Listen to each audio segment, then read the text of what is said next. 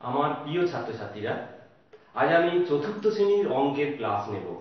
তাই চতুর্থ শ্রেণীতে তোমরা যারা পড়ো, তোমাদের অঙ্কের বইয়ের এক পাতা খোলো। আজকে 1 থেকে 7 পাতা পর্যন্ত যে অঙ্কগুলো আছে সেই অঙ্ক আজকে আমরা বুঝব। কেমন? প্রথমে 1 পাতা খোলো। আগের পাঠে পড়া মনে করি। দেখো, ইট সাজানো দেখি ও নিজে সাজাই। দেখো, এখানে ইটের থাক আছে। এই ইটের থাক দেখে গুনে গুনে তোমাদেরকে বলতে হবে। সারি আছে, ইটের সারি। দেখো তো, এই যে ইটগুলো আছে, দেখো এই যে সারিটা আছে, এতে দেখো একটা দুটো এইরকম কটা দেখো ইট আছে, 1 2 3 4, চারটে। তাহলে 4 লাইনে দুটো করে, 4 দুগুণে 8টা। তাহলে এই সারিতে কটা ইট আছে? 8টা। কেমন? ঠিক একইভাবে পরেরটা দেখো, আড়াআড়ি ভাবে ইটগুলো সাজানো আছে। তাহলে 1 2 3 4 5 6 7 8, এতেও দেখো 8টা। আবার দেখো পরেরটাতে ওপরের সারিটার মতোই সাজানো আছে। তাহলে দেখো 1 2 3 4টে, 4 দুগুণে 8টা। তাহলে এই সারিতেও 8টা। নিচেরটা দেখো আড়াআড়ি ভাবে আছে, 1 2 3 4 5 6 7 8, 8টা, এতেও 8টা। তাহলে দেখো প্রত্যেক সারিতে 8টা করে ইট আছে। তাহলে মোট সারির সংখ্যা কটা? 1 2 3 4। তাহলে 4 লেখো। প্রতি সারিতে ইটের সংখ্যা কটা করে পেলাম? 8টা করে। তাহলে 8 লেখো। এখানে সাজিয়ে রাখা মোট ইটের সংখ্যা। তাহলে দেখো 4টে সারি, প্রতি সারিতে 8টা করে ইট আছে। তাহলে কি করতে হবে? বেশি ইট থাকবে, গুণ করতে হবে। তাহলে তোমরা লেখো, মোট ইটের সংখ্যা হবে 4 গুণিতক 8। এবার 4 8 কত তোমরা জানো? গুণফলটা কত হবে? 32। কেমন? তাহলে এই যে ইটের গাছিটা, এতে 32টি ইট আছে। একইভাবে তোমরা পরের এই যে আমি ফাঁকা জায়গায় ইট সাজাই ও ইট গুনি, এটা তোমরা পড়বে। পরের পাতায় চলে এসো। দেখো বলছে 1 দাগের অঙ্কটা, ঝিমলিদের মাঠে 300টি ইট সাজিয়ে রাখতে হবে।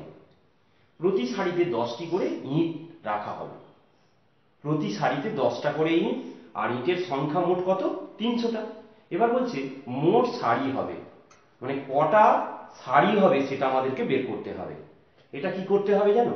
এটা হচ্ছে ভাগ করতে হবে। কারণ প্রতি সারিতে 10টা করে আছে, আর মোট ইট আছে 300। সারির সংখ্যাটা বের করতে হবে, মোট কটা সারি হবে। কেমন? তাহলে আমরা 300কে 300 ভাজিত এখানে কত? 10 দিয়ে ভাগ করবে। পাশে দেখো ভাগ করে দেয়া হয়েছে 10। 300কে 10 দিয়ে ভাগ করলে কত হবে? 30 হবে। তাহলে 30। এইভাবে দুই একটা দেখো তোমরা পারবে। সুজিত প্রতি সারিতে 8টি করে 208টি ইট সাজিয়ে রাখলো। মোট সারি হবে। তাহলে মোট ইটটা কত? 208। প্রতি সারিতে 8টি, প্রতি সারিতে 8টি করে ইট আছে। তাহলে সারির সংখ্যাটা বের করতে হবে ঠিক আগের মতোই। তাহলে কি করতে হবে? ভাগ করতে হবে। তাহলে 208কে 208 ভাজিত, মাঝখানে চিহ্ন ভাগ দেবে, 8 দিয়ে ভাগ করতে হবে। এইখানটায় তোমরা কি করবে? ভাগ করবে, একক দশক শতক। 208 লেখো, একে 8 দিয়ে ভাগ করো। দেখো 2 যাচ্ছে না, 0 20 নিতে হবে। 8-এর নামটা 8 2 16, বিয়োগ করো 4 8 8 6 48, তাহলে 26। কত বেরোলো ভাগফল? 26। তাহলে এখানে 26 লেখো। সে মোট 26টি সারিতে ইট রাখলো, 26 হয়ে গেল। এইভাবে তোমরা 3-এর অঙ্কটা অবশ্যই পারবে। আমি যেমন ভাবে করলাম ঠিক সেইভাবে এই অঙ্কটা করবে। পরের পাতায় চলে এসো। এই অঙ্কগুলো খুব ভালো অঙ্ক। এই ছকের অঙ্কগুলো ভালো করে বুঝতে হবে। আমি দেখো বোর্ডে তুলেছি, বোর্ডেতে এবার তোমরা দেখো। দেখো লিখেছি 100, 10 ও 1 নিয়ে খেলা করি। তোমরা ক্লাস 3-তে এর আগে তোমরা শিখে গেছো 100-র কার্ড, 10-এর কার্ড এবং 1-এর কার্ড। 1-এর কার্ড লাল কার্ড, 10-এর কার্ড হলুদ কার্ড, আর 100-র কার্ড হচ্ছে সবুজ কার্ড। দেখো তোমাদের বইতেও আছে। এবার তোমরা এটাও জেনেছো যে 10টা এক নিয়ে হয় একটা হলুদ কার্ড, আবার 10টা হলুদ কার্ড নিয়ে হয় একটা 100 কার্ড, সবুজ কার্ড। দেখো আমি সেটাই লিখেছি, 10টি এক হলে একটি 10 নেব, মানে 10-এর কার্ড, হলুদ কার্ড নেব। 10টি ড্যাশ হলে, 10টি কি নেব, 10 হলে একটি 100 নেব। 10টা 10-এর কার্ড নিলে 10 10-এ 100, তাহলে 10টা হলুদ কার্ড যদি নেওয়া হয় তাহলে কি হয়ে যাবে, 100 কার্ড হয়ে যাবে, সবুজ কার্ড হয়ে যাবে। সেইটা নিয়েই আমাদেরকে করতে হবে এই ছকটা। দেখো লেখা আছে শতক, দশক, একক। তাহলে একক, দশক, শতক তোমরা আগেই জানো। এরপরে দেখো বিস্তার করে লিখি, স্থানীয় মানে বিস্তার করে লিখি, অঙ্কে লিখি, কথায় লিখি। এটা ভালো করে বুঝতে হবে। দেখো 100 কার্ড শতকের ঘরে কত আছে, দুটো, তাহলে 2 100 কত, 200। তাহলে এই বিস্তারের ঘরেতে আমরা লিখব 200 যোগ, দশকের ঘরে দেখো দুটো 10-এর কার্ড আছে, 2 10-এ কত তোমরা জানো, 20, তাহলে যোগ 20। কেমন? এবার এককের ঘরে দেখো 1-এর কার্ড কত আছে, 1 2 3, তাহলে যোগ 3। কি ব্যাপারটা বুঝতে পারছো? শতকের ঘরে দুটো 100, 100-কে 2 দিয়ে গুণ করলে 200, যোগ এই বিস্তারের ঘরে দিচ্ছি, দশকের ঘরে দুটো 10-এর কার্ড আছে, 2 10-এ কত, 20, যোগ 20। এককের ঘরে দেখো 3টে 1-এর কার্ড আছে, 3 1 কে 3, তাহলে 200 যোগ 20 যোগ 3। এবার স্থানীয় মানে বিস্তার করো। বিস্তার করতে গেলে কি করবে না, দেখো যে শতকের ঘরে দুটো আছে, তাহলে 2 শতক, এখানে লিখবে 2 শতক। দশকের ঘরে দেখো দুটো 10, তাহলে 2 দশক, 2 দশক। এককের ঘরে দেখো 3টে 1 আছে, তাহলে 3 একক। এটা হচ্ছে স্থানীয় মানে বিস্তার করে লিখলাম। শতকের ঘরে দুটো 100, তাহলে 2 শতক। দশকের ঘরে দুটো 10, 2 দশক। এককের ঘরে 3টে 1, 3 একক। এবার অঙ্কে লেখো, তাহলে দেখো 200 2 10 3 কত হয়, 200 2 10 3 23, তাহলে অঙ্কের ঘরে লেখো 223। কথায় লেখো তোমরা জানো, তাহলে 200 বা 2 শত 2 শত 23, 223 বা 223 হয়ে গেল। ঠিক একইভাবে দেখো এই ঘরগুলোকে পূরণ করতে হবে। দেওয়া আছে কি 100 যোগ 30 যোগ 2, ঠিক আছে? তাহলে দেখো 100-র কার্ড কটা হবে, তাহলে 100 একটাই আছে, তাহলে একটা শতকের ঘরে করো একটা 100 কার্ড, যোগ 30 আছে, তার মানে 10-এর কার্ড কটা, 3 10-এ 30, 3টে হবে, তাহলে এখানে আনবে 3টে 10-এর কার্ড, 3টে 10-এর কার্ড আনবে, তাহলে 10 লিখে দাও, যোগ 2 2 1 কে 2, তাহলে দুটো 1-এর কার্ড হবে, লাল কার্ড, তাহলে এখানে 1 2, তাহলে এটা হলো। এবার দেখো স্থানীয় মানে বিস্তার, একটা শতকের ঘরে আছে 100, তাহলে কি লিখবে 1 শতক। 3টে দশকের ঘরে আছে 10-এর কার্ড, তাহলে 3 দশক। এককের ঘরে কটা আছে, দুটো 1-এর কার্ড, তাহলে 2 একক। কেমন? এবার অঙ্কে লিখি, অঙ্কে কি হবে দেখো 100 3 10 2, 3 10 2 কত, 32, তাহলে 132, এখানটায় দেখো 132। এবার কথায় লিখে দাও 1 শত বা 100, 1 শতও লিখতে পারো, 1 শত 32, হয়ে গেল। এইভাবে আবার দেখো এইটা, এটা আবার শুধু দেখো, বাকিগুলো তোমাকে করতে হবে। কি অঙ্কে লেখা আছে 255, 255, তার মানে কটা 100 আছে? দুটো। তাহলে শতকের ঘরে দুটো 100 কাট করে গেল। কি 55, 5 10 5, তার মানে 5টা 10, 10-এর কাট কটা আসবে? 5টা। 1 2 3 4 5, 10 লিখে দাও। 5 10 হয়ে গেল 55, 5 10 5, তাহলে এককের ঘরে কটা কাট হবে? 5টা। তাহলে 5টা লাল কার্ড, 1 2 3 4 5, একের কার্ড এগুলো। কি বুঝতে পারছো তো? তাহলে 200, দুটো 100, 5 10, 5টা 10, 5 5টা 1, এখানটায় লিখে দাও। তাহলে 200, দুটো 100, 2 100 200 যোগ 5 10 50 যোগ 5 1 5। তাহলে এখানে লেখো 2 শতক, শতকের ঘরে দেখো দুটো আছে। দশকের ঘরে 5 5 বানানোতে 5 দশক এবং 5টা 1 আছে, তাহলে 5 একক। অঙ্কে লেখা তো আছেই, এটাকে কথায় লিখে দাও 255। এইভাবে তোমরা দেখো, এবারে কথায় লেখা আছে, বাকিগুলো করে নিতে হবে। 759, 700, তাহলে 759, 5 10 9, এইভাবে বাকিগুলো আমরা করে ফেলতে পারবো। তাহলে এই ছকটা তোমরা অনায়াসেই, এইটা যদি বুঝে থাকতে পারো, এটা যদি তোমরা বুঝে ফেলতে পারো, তাহলে তোমরা এটা সহজ হয়ে গেল, এটা অবশ্যই করে ফেলতে পারবে। এটা করবে। পরের পাতায় চলে এসো। পরের পাতায় দেখো, স্কুল থেকে পিকনিকে যাই। আমাদের স্কুল থেকে 26শে ডিসেম্বর পিকনিকে নিয়ে যাওয়া হবে। আমরা পিকনিকে যাওয়ার তালিকা তৈরি করলাম। প্রথম শ্রেণীতে দেখো 27 জন, দ্বিতীয় শ্রেণীতে 32 জন, তৃতীয় শ্রেণীতে 29 জন, চতুর্থ শ্রেণীতে 35 জন। ড্যাশ শ্রেণীর তুলনায় তৃতীয় শ্রেণীতে বেশি সংখ্যক ছেলেমেয়েরা পিকনিকে যাবে। কোন শ্রেণীর তুলনায় তৃতীয় শ্রেণীর বেশি সংখ্যক, শ্রেণীতে বেশি সংখ্যক ছেলেমেয়েরা যাবে? দেখো তৃতীয় শ্রেণীতে দেখো 29, কেমন? আর প্রথম শ্রেণীতে দেখো 27।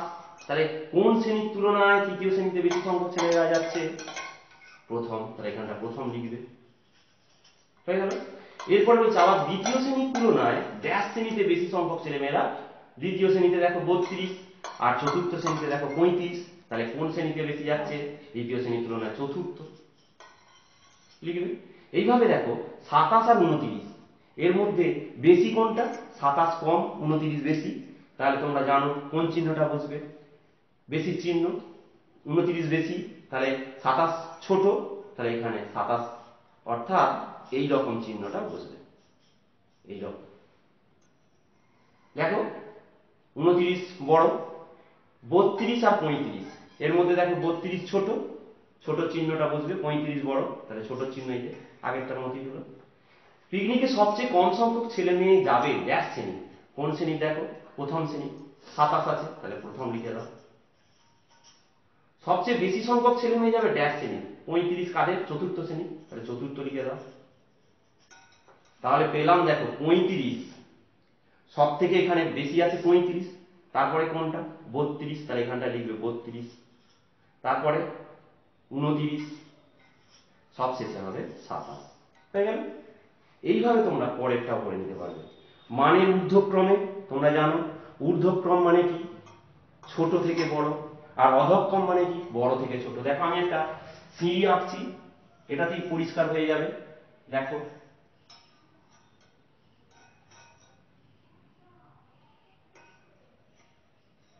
যদি দেখো, তাহলে আমি যদি ঊর্ধ্বক্রম, ঊর্ধ্ব উপর থেকে দেখো, উপরে দেখো ছোট, তারপরে ক্রমশ দেখো ছোট থেকে বড় হচ্ছে, তাহলে এটা ঊর্ধ্ব উপর থেকে, তাহলে এই দিক থেকে যাচ্ছে ঊর্ধ্ব, তার মানে ছোট থেকে বড়। আর অধ, অধ মানে কি? নিচু, নিচু থেকে উপরে যাচ্ছ, এই দিকে যদি যাও, তাহলে কি বড় থেকে ছোট। বড় থেকে ছোট, তাহলে ঊর্ধ্বক্রম মানে ছোট থেকে বড় সাজাবে, আর অধক্রম মানে কি বড় থেকে ছোট সাজাবে। এটা তোমরা সবাই পারবে, করে ফেলবে। কেমন? পরের পাতায় চলে এসো। কি বলছে দেখো, এই অঙ্কগুলো কাঠিতে রঙিন বল বসাই। দেখো একটা তোমাদের পড়ে দিয়েছে, 3 আছে, শতকের ঘরে 3টে সবুজ বল, দশকের ঘরে 2 আছে, 2টো হলুদ বল, এককের ঘরে 4টে, তাহলে 4টে লাল বল। তাহলে কত হয়ে গেল? 324। দেখো 324 লেখা হয়েছে। এবার এই দিকটা দেখো, শতকের ঘরে কটা? 3টে, তাহলে 3, দশকের ঘরে 4টে হলুদ, এককের ঘরে 3। তাহলে দেখো এইটাতে আছে 343 হলো। তাহলে 324 আর 343 এদের মধ্যে বেশি কোনটা? 343। তাহলে কি হবে? এই যে হাঁটা এই দিকে, তার মানে 324 ছোট, ছোট চিহ্ন বসেছে। তাহলে আমি পরেরটা করি। শতকের ঘরে কটা? 4, দশকের ঘরে কটা আছে? 1, আর এককের ঘরে কটা আছে গুনে ফেলে? 1 2 3 4 5, তাহলে 5, 415 হলো। এবার এই দিকটা দেখো, শতকের ঘরে 4টে আছে সবুজ বল, দশকের ঘরে 1, আর এককের ঘরে কত? 1 2 3 4 5 6, 416, আর এটা হচ্ছে 415। 415 আর 416 মধ্যে বেশি কোনটা? 416। 415 ছোট, তাহলে এখানে ছোট চিহ্ন বসাবে। তাহলে এখানে লেখো 415, আর এখানে লেখো 416। তাহলে এটা ছোট চিহ্ন, এই হাঁটা যেদিকে বড় এটা ছোট, ঠিক। তাহলে এইভাবে তোমরা এই অঙ্কগুলো করে ফেলবে একইভাবে। পরের পাতায় চলে এসো। কি না, 325।